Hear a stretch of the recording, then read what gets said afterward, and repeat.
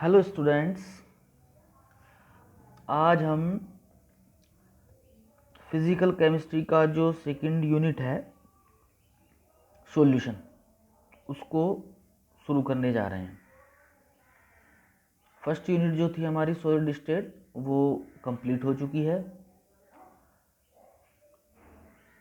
जैसे कि हमने उसमें किया था कि जितने भी टॉपिक्स थे, जो सिलेबस था आपका बोर्ड द्वारा निर्धारित, उनको हमने किस में क्लासिफाइड किया था?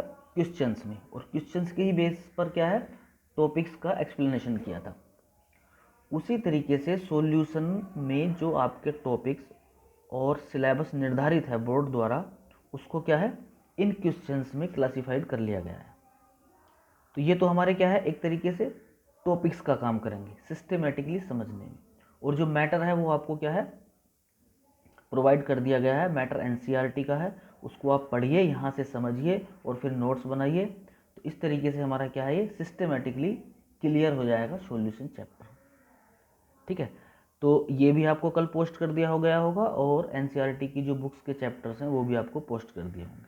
अब जो महत्वपूर्ण चीज़ है, समझना है इसको। ठीक है, तो हम उसी तरीके से लेंगे क्वेश्चन नंबर 1 से। इसमें क्या है, आपके 16 क्वेश्चन है।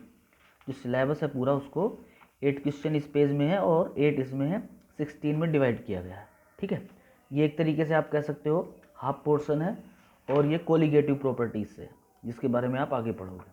ठीक है, तो इसकी क्या है, शुरुआत सिस्टेमेटिकली हम यहाँ से करते हैं।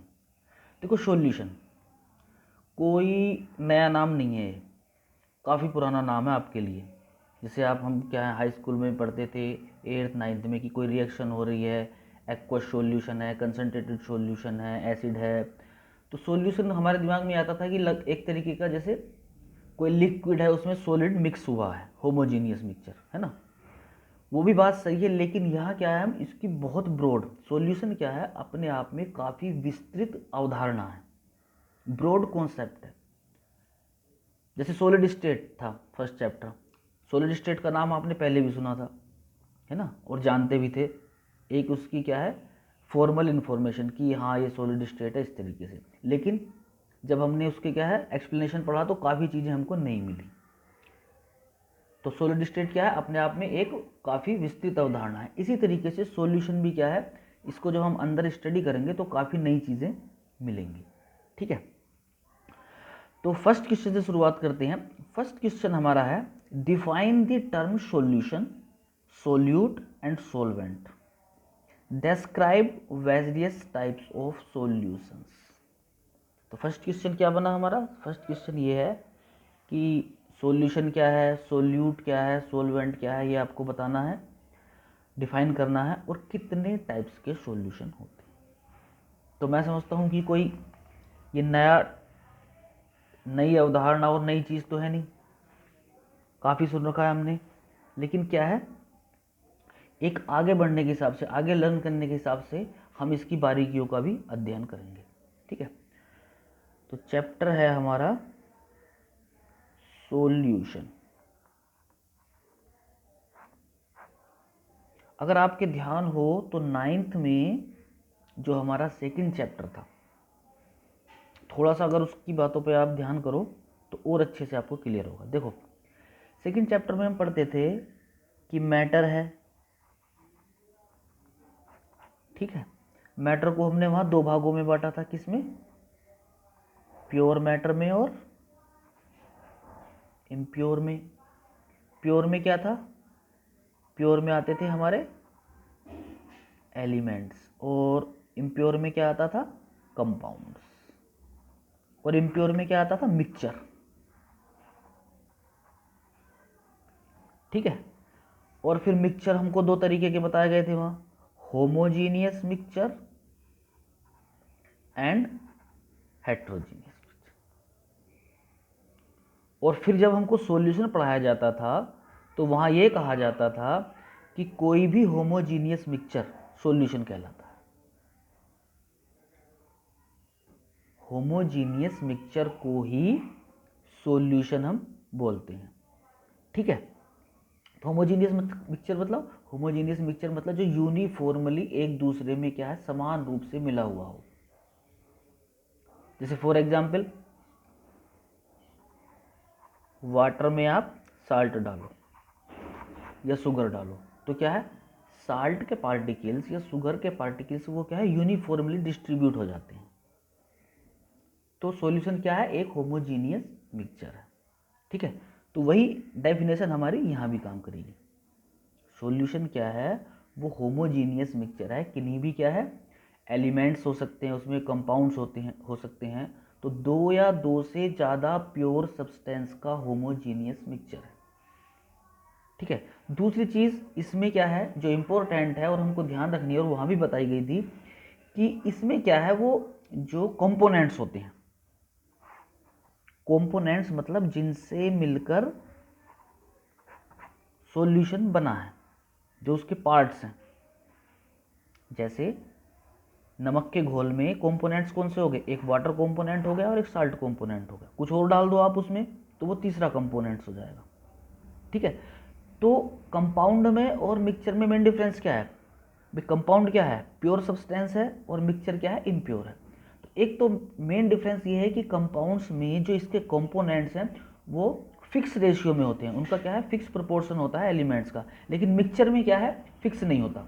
फिक्स क्यों नहीं होता, आप वाटर में कितना ही नमक डाल दो, साल्ट डाल दो, या वाटर की क्वांटिटी घटा बढ़ा सकते हो, तो सर्टेन लिमिट में क्या है, इनको चेंज किया जा सकता है। तो डेफिनेशन क्या बनेगी हमारी, डेफिनेशन सॉल्यूशन की ये बनेगी कि a solution is a homogeneous mixture of two और more pure substances. Pure substances मतलब कोई भी एलिमेंट्स हो सकते हैं, कंपाउंड्स हो सकते हैं, लेकिन वो प्योर होने चाहिए। तो पहली चीज ये होगी। दूसरा, the relative ratio of which can be change with in certain limits, मतलब हम उनको क्या है, उनकी क्वांटिटी एक दूसरे की क्या है, घटा बढ़ा सकते हैं कुछ कंडीशंस, मतलब उसमें क्या है, लिमिट्स होती हैं भी। जैसे पानी में आप नमक डालोगे तो एक लिमिट तक ही क्या है उसमें नमक डाल सकते हो, उससे ज़्यादा क्या है डालोगे तो वो क्या है, फिर सॉल्यूशन नहीं रहेगा। तो सॉल्यूशन के बारे में हमें दिमाग में बिल्कुल पिक्चर क्लियर करनी चाहिए कि इसमें क्या होते हैं कि जो भी कंपोनेंट्स होते हैं वो एक दूसरे में एक समान रूप से मिले हुए होते हैं और उनकी क्वांटिटी फिक्स नहीं होती, हम उनको चेंज कर सकते हैं। ठीक है, अब अगर मान लीजिए किसी सॉल्यूशन में दो कंपोनेंट्स हैं जैसे वाटर और साल्ट, तो इसको हम बोलेंगे बाइनरी सॉल्यूशन। क्या बोलेंगे, बाइनरी सॉल्यूशन। तीन है तो क्या बोलेंगे, टर्नरी सॉल्यूशन, टर्शरी सॉल्यूशन, और फोर है तो क्वाटरनरी सॉल्यूशन। किसी भी सॉल्यूशन में it depends on the number of components. If two components there is binary solution, for three ternary solution, for four quaternary solution. ठीक है, तो ये तो बात होगी। दूसरी बात ये है कि हम जो पढ़ेंगे मेनली इस पूरे चैप्टर में वो बाइनरी सॉल्यूशन के ही बारे में डिटेल पढ़ेंगे, मतलब जिसमें कंपोनेंट्स दो होंगे। ठीक है, एक चीज़ ये होगी। नेक्स्ट इंपॉर्टेंट चीज़ है, जैसे बाइनरी सॉल्यूशन है, तो बाइनरी सॉल्यूशन में क्या है, कितने कंपोनेंट्स होंगे, टू कंपोनेंट्स होंगे। और कौन कौन से होंगे आप जानते हो अच्छे तरीके से, कौन कौन से होते हैं, क्यों भाई, सोलवेंट एंड सोल्यूट। बिल्कुल बेसिक बात है। मैं थोड़ा इसको ज़्यादा जोर देके इसलिए बता रहा हूँ क्योंकि इसके बिना क्या है, आगे चैप्टर खिसकेगा ही नहीं है। ये आपको क्या है, इंटर में स्टूडेंट से ये मान सॉरी ये अपेक्षा कर की जाती है कि इन चीज़ों को वो जानता ही होगा, लेकिन फिर भी क्या है, क्रिस्टल क्लियर आपको कॉन्सेप्ट होना चाहिए। हाँ, तो बात चल रही थी सोलवेंट एंड सोल्यूट की। तो इसमें आपको दो चीज़ें बिल्कुल क्लियर रहनी चाहिए। पहली चीज़ तो ये कि दो कंपोनेंट्स में जो ज़्यादा क्वांटिटी में होगा उसको सोलवेंट बोलेंगे, और दूसरा ये कि सोलवेंट की जो फिजिकल स्टेट होगी वही सॉल्यूशन की होगी।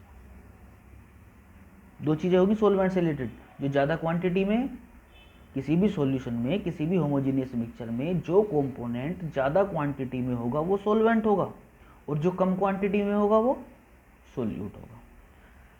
दूसरी चीज़ आपको बताई कि जो फिजिकल स्टेट सोलवेंट की होगी वही यूजुअली किसकी होती है, सॉल्यूशन की। तो सोलवेंट क्या हो गया, it is a component of the solution which is present in A relatively large proportion in the solution. जो लार्ज क्या है, प्रोपोर्शन में होगा, दूसरी बात सॉल्वेंट से रिलेटेड क्या है, whose physical state is same as that of resulting solution. दूसरी चीज क्या बताई कि जिसकी फिजिकल स्टेट सॉल्यूशन के समान होगी। सोल्यूट में क्या है, सोल्यूट वो है, it is the component of solution which is relatively small portion. जो स्मॉल पोर्शन में है वो क्या होगा, सोल्यूट होगा। जैसे आपको अभी बताया था वाटर प्लस साल्ट का सॉल्यूशन है, तो वाटर क्या है भाई, जब इनसे वाटर में आप साल्ट डालोगे एक होमोजीनियस मिक्सचर बन जाएगा, और जो बनेगा सॉल्यूशन उसकी फिजिकल स्टेट कैसी होगी, लिक्विड। और सॉल्वेंट की भी क्या है, लिक्विड है। तो जैसी फिजिकल स्टेट सॉल्यूशन की है वैसी ही सॉल्वेंट की है। तो अगर आपसे पूछा जाए वाटर और साल्ट में सॉल्वेंट और सोल्यूट कौन से हैं, तो जाहिर सी बात है वाटर क्या हो जाएगा, सॉल्वेंट हो जाएगा, और साल्ट क्या हो जाएगा, हमारा सोल्यूट हो जाएगा। क्यों, क्योंकि वो स्मॉल क्वांटिटी में है। ठीक है, तो ये तो हो गया क्वेश्चन का हमारा first part. Define the term solution, solute and solvent. ठीक है, बिल्कुल कॉमन सेंस की बात थी, और पहले से क्या है आपकी एक बेसिक केमिस्ट्री के अंतर्गत आती है। नेक्स्ट क्या है, describe various types of solution. अब ये इसमें थोड़ा सा आपके लिए नयापन आ जाएगा। यहाँ क्या पूछा है, वेरियस टाइप्स के सॉल्यूशन पूछे। देखिए मेन डेफिनेशन जो है सॉल्यूशन की वो क्या है, होमोजीनियस मिक्सचर।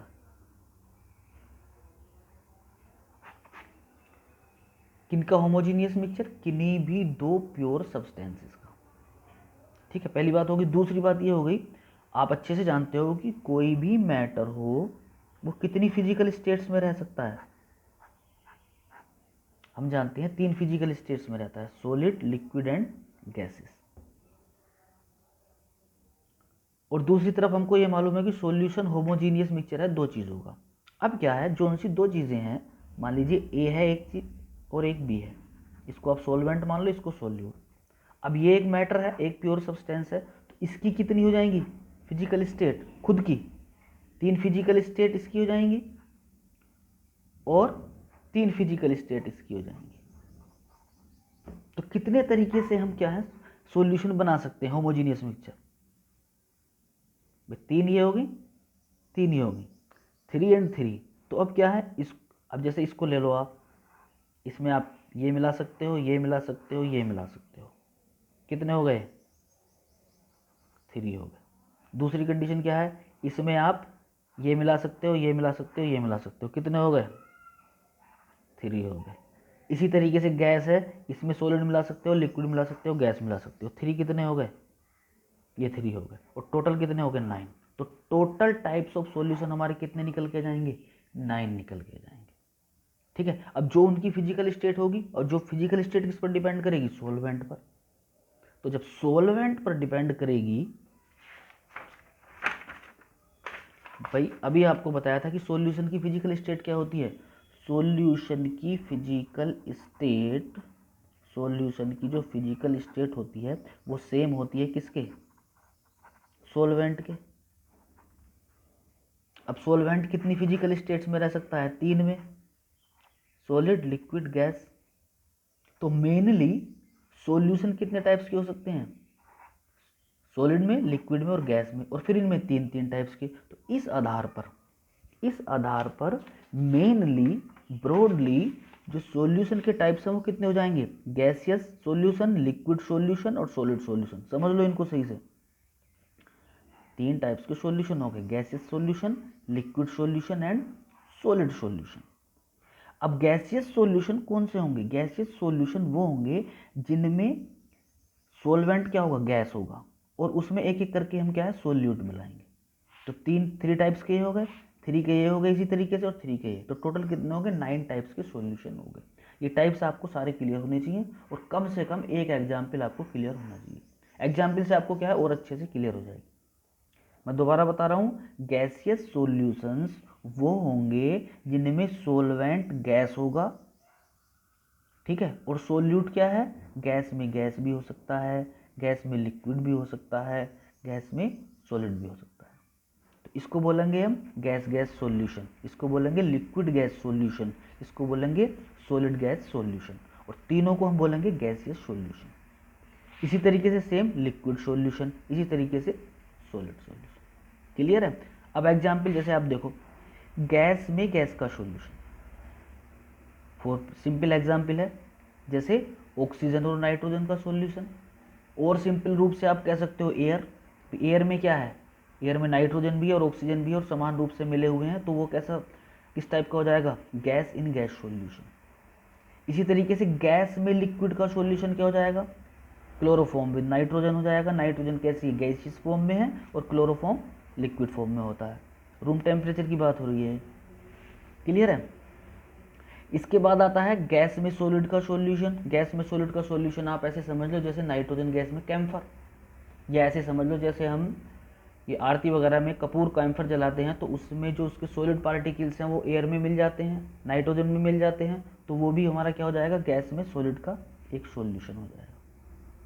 तो 3 टाइप्स के गैसियस सॉल्यूशन होंगे। इसी तरीके से हम लेंगे लिक्विड सॉल्यूशन, तो लिक्विड भी 3 टाइप्स के हो जाएंगे। जब लिक्विड में गैस होगा तब, जब लिक्विड में लिक्विड होगा तब, और जब लिक्विड में सॉलिड होगा तब। लिक्विड में गैस का सॉल्यूशन क्या है हमारा, जैसे पानी में जो है ऑक्सीजन डिसॉल्व रहती है ऑटोमेटिकली नेचुरली, तभी तो फिशेस वगैरह क्या है अलाइव रहती हैं उसमें, तो वो किसका एग्जाम्पल है, गैस लिक्विड का एग्जाम्पल है।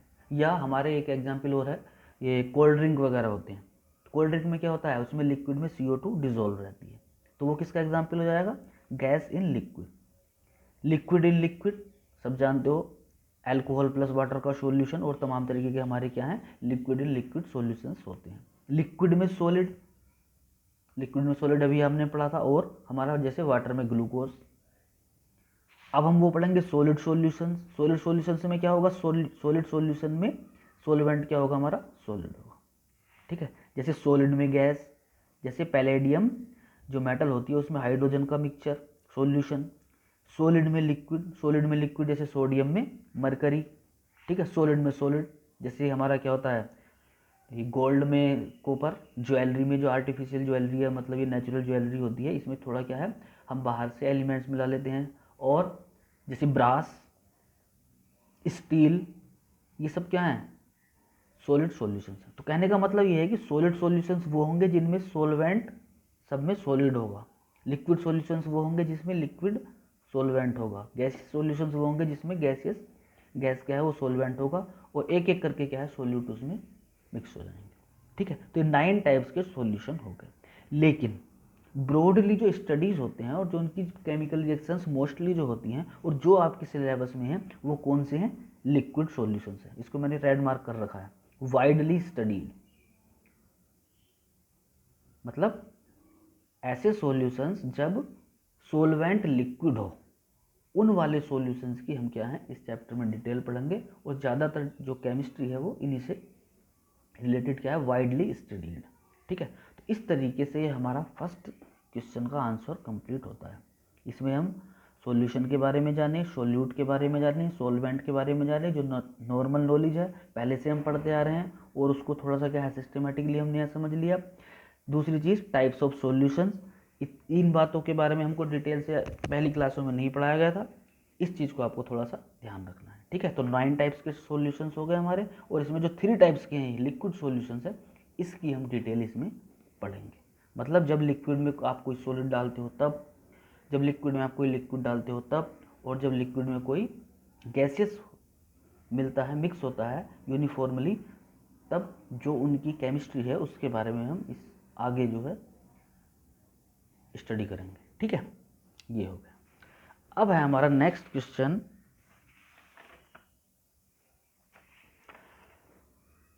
mention briefly the important methods to express the concentration of a solution। बहुत इंपॉर्टेंट क्वेश्चन है, छोटे छोटे न्यूमेरिकल्स इससे आते हैं, मैथमेटिकल एक्सप्रेशन है, क्वांटिटेटिवली क्या है इसमें एस्पेक्ट है। क्या है क्वेश्चन, मैं दोबारा पढ़ रहा हूँ, mention briefly the important methods to express the concentration of a solution। इसका सीधा मतलब ये है कि किसी सॉल्यूशन की कंसंट्रेशन को एक्सप्रेस करने के जितने भी इम्पोर्टेंट मेथड्स हैं वो क्या हैं। किसी भी सॉल्यूशन की कंसंट्रेशन को एक्सप्रेस करने के जो तरीके हैं वो क्या है इम्पोर्टेंट। पहले क्वेश्चन समझ लो, इसमें आप इसको ज़रा बहुत अच्छे से समझना है, क्योंकि यहाँ से आपका क्या है, सॉल्यूशन चैप्टर का इम्पोर्टेंट पार्ट शुरू होता है। कंसंट्रेशन, पहले तो इस शब्द को क्लियर होना चाहिए। कंसंट्रेशन की बहुत सिंपल से आपको बताएं भैया, अभी हम क्या पढ़ रहे थे, सॉल्यूशन मतलब इसमें दो कंपोनेंट होते हैं, एक सॉल्वेंट और दूसरा सॉल्यूट, यही बात बता रहे थे। तो किसी सॉल्यूशन की कंसंट्रेशन का मतलब ये है भाई, हम जब क्या है सॉल्यूशन की आगे स्टडी करेंगे, अच्छे से सिस्टमेटिकली स्टडी करेंगे, साइंटिफिकली स्टडी करेंगे। स्टडी में एक चीज़ सबसे पहले ये होती है क्वांटिटी, भी दो ही तो चीज़ हैं, क्वांटिटेटिव एनालिसिस और क्वालिटेटिव। किसी भी चीज़ से रिलेटेड एक क्वांटिटी होती है, क्वालिटी आप जानते हो। तो क्वांटिटी को समझने के लिए कंसंट्रेशन हम यूज करते हैं। क्वांटिटी किस हिसाब से, सीधी सी बात है, जब मिक्सचर है होमोजीनियस, किसका, सोलवेंट का और सोल्यूट का, तो हमको ये बात बिल्कुल क्लियर होनी चाहिए कि कितने सोलवेंट में कितना सोल्यूट है या कितने सॉल्यूशन में कितना सोल्यूट है। तो कंसंट्रेशन का मतलब ये होता है कि जो हमारा सॉल्यूशन है उसमें कितना सोल्यूट मिलेगा। इसको रिप्रेजेंट करने के कई तरीके हैं और वो डिपेंड करता है हमारा रिएक्शन मीडियम पर, रिएक्शन मैटर पर। ठीक है, कितने सॉल्वेंट में कितना सोल्यूट है या कितने सॉल्यूशन में कितना सोल्यूट है, उसके माध्यम से क्या है हम काफ़ी चीज़ों को हेल्पफुल समझ सकते हैं। तो इसके बहुत सारे मेथड हैं आज की डेट में, लेकिन आपके सिलेबस में जो 5-6 मेथड्स हैं वो आपको क्लियर होने चाहिए। वो छोटे छोटे मेथड हैं और सीधे क्या है मैथमेटिकल फॉर्मूले पर बेस है। तो इसमें जो इंपॉर्टेंट है मैं उनके आपको नाम बता देता हूँ। सबसे पहला है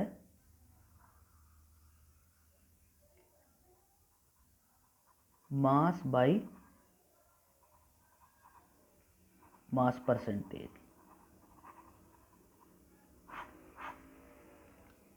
मास बाई मास परसेंटेज। दूसरा है वॉल्यूम बाई वॉल्यूम परसेंटेज। ठीक है, थर्ड है हमारा मास बाई वॉल्यूम परसेंटेज। ठीक है, इनको एक एक करके हम क्लियर करेंगे। फोर्थ है हमारा पीपीएम, पार्ट्स पर मिलियन। फिफ्थ है मोल फ्रैक्शन। ये सब एक से एक इम्पोर्टेंट हैं और ये जनरली यूज़ होंगे, खाली ये नहीं कि सही सिलेबस में है। केमिस्ट्री में आप ऐसा समझ लो, जैसे फिजिक्स में तमाम तरह की हमारी क्या है मापन की यूनिट्स होती हैं, मेजरमेंट्स की, तो केमिस्ट्री में यही मेजरमेंट्स की मेन यूनिट्स होती हैं। मोल फ्रैक्शन, जिसको हम एक्स से डिनोट करते हैं। नंबर 6 होगा हमारा मोलेरिटी, जिसको कैपिटल एम से डिनोट करेंगे। और नंबर 7 होगा मोलेलिटी, इनके बारे में आप पढ़ भी चुके हो।